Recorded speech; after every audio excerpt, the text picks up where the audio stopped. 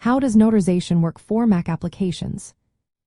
Imagine downloading a new app and feeling confident it's safe to use. That peace of mind comes from a process called notarization, a key part of how macOS keeps your computer secure.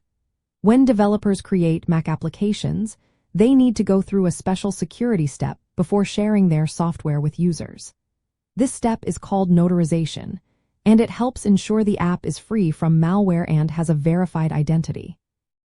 The process starts with the developer signing the app. Signing means attaching a digital certificate that proves who made the app. To do this, developers get a Developer ID certificate from Apple by joining the Apple Developer Program. This certificate acts like a digital passport, confirming the developer's identity and making sure the app hasn't been altered since signing. Next, the developer uploads the signed app or installer to Apple's notary service. They use command-line tools like Notarization or the older Altool to send their software. Apple's system then automatically scans the app for malicious code and checks that the digital signature is valid. This scan usually takes just a few minutes but can take longer if Apple's servers are busy.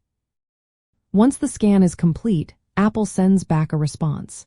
If the app passes the check, Apple issues a notarization ticket. Developers can then attach this ticket directly to the app through a process called stapling. Stapling embeds the approval into the app itself, so macOS can verify it even without internet access later. When a user tries to open a notarized app, macOS Gatekeeper checks the notarization ticket. If everything looks good, the app opens without any warnings. If the app isn't notarized or the signature is invalid, macOS might block the app or show a warning about potential security risks. This system helps protect your Mac from harmful software while still allowing developers to distribute their apps outside the Mac App Store. Notarization is especially important for developers who want to distribute their applications independently. It makes sure their software can run smoothly on newer versions of macOS, starting with macOS Catalina.